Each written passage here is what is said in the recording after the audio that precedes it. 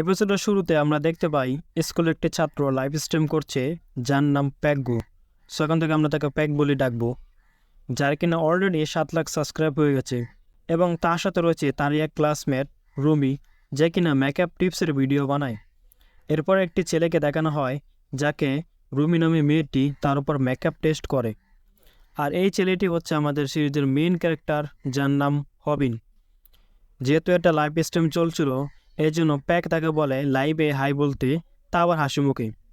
তারপর সে ওয়াশরুমে যায় মুখ ধুতে, কিন্তু কিছুতেই মেকআপ তার মুখ থেকে উঠছিল না। অবশেষে সে যখন ওয়াশরুম থেকে ক্লাসে প্রবেশ করে, তখন হঠাৎ করে ক্লাসের একজন তাকে সজোরে কিক মারে, যার নাম জি উইক, যে কিনা প্যাকের চামচা ছিল। এরপর রুমি নামে সেই মেয়েটি প্যাককে ধন্যবাদ জানায়, কারণ প্যাক যে লাইভটা করেছিল সেটার মাধ্যমে রুমি 30,000 ইয়েন ইনকাম করে ফেলেছে অলরেডি। জি ইউক একথা শুনে সেও কন্টেন্ট বানাতে চায়, কিন্তু তার জন্য তার প্যারেন্টসের অ্যাকাউন্টের পাসবুক লাগবে, আর সেটা তার দ্বারা সম্ভব নয়, কারণ ইতিপূর্বে সে তার প্যারেন্টসের অ্যাকাউন্ট থেকে টাকা চুরি করেছে। সো অ্যাকাউন্টসের জন্য হবিনকে তার মায়ের অ্যাকাউন্টস দিতে বলে। এরপর হসপিটালে হবিনের মাকে দেখানো হয়, যে কিনা ক্যান্সারের রোগী।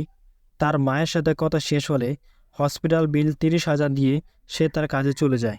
এরপর তার রেস্টুরেন্টের সবচেয়ে সুন্দর মেয়ে, যার নাম ভূমিচয়, তার সাথে কথা বলতে থাকে। কথা বলার এক পর্যায়ে প্যাক নামের ছেলেটি লাইভ স্ট্রিম করতে তাদের রেস্টুরেন্টে চলে আসে এবং ভূমিচয়কে 30 সেকেন্ডে একটি বার্গার বানানোর চ্যালেঞ্জ দেয়। যদি সে এই চ্যালেঞ্জ কমপ্লিট করতে না পারে, তাহলে তার ফোন নম্বর প্যাককে দিতে হবে। মূলত এটা হলো তার একটি চালাকি। এটা যেহেতু অসম্ভব কাজ, তাই সবাই টেনশনে পড়ে যায়। এখানে সবচেয়ে বেশি টেনশনে ছিল হবিন, তাই সে তাড়াহুড়া করে একটি বার্গার টেবিলের সামনে রেখে দেয়, আর ব্যাপারটা এখানেই কোনো রকম পার পেয়ে যায়। পরের দিন আমরা দেখতে পাই জি ইউক হবিনের পিছে দিয়ে গেমস খেলছে, আর হবিন নিরুপায় হয়ে তার জন্য খাবার রান্না করছে। তো আসার সময় দুর্ঘটনাবশত তারের সাথে হবিনের পা আটকে যায় এবং খাবারগুলো জিন ইউকের মুখে পড়ে যায় এবং তার মনিটর অফ হয়ে যায়। এরপর জিন ইউক খুবই রাগান্বিত হয়ে তাকে মারতে থাকে। এক পর্যায়ে হবিনও জিন ইউককে মারতে থাকে। দুজনের মধ্যে তুমুল ফাইট হতে থাকে। তারা যখন ফাইট করছিল, এটা তখন ক্যামেরায় লাইভ চলছিল, যেটা তারা কেউ বুঝতে পারেনি। এরপর যখন ভিডিওটি ভাইরাল হয়ে যায়, জিন ইউককে নিয়ে সবাই মজা করতে থাকে। তখন সে হবিনকে প্রথমে বকাবকি করলো, পরে অনুরোধ করেছে ভিডিওটি ডিলিট করে দিতে।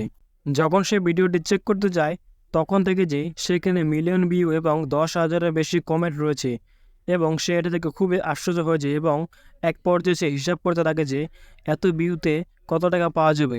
তখন সে হিসাব করে দেখলো যে প্রায় 10 লাখ টাকার মতো পাওয়া যাবে, এবং সে এই ভেবে খুবই আনন্দ হতে থাকলো এবং সে ভিডিওটা ডিলিট করলো না। এরপর সে হসপিটালে চলে যায়, যেখানে তার মায়ের চিকিৎসা খরচ 1,20,000 টাকা হয়েছিল।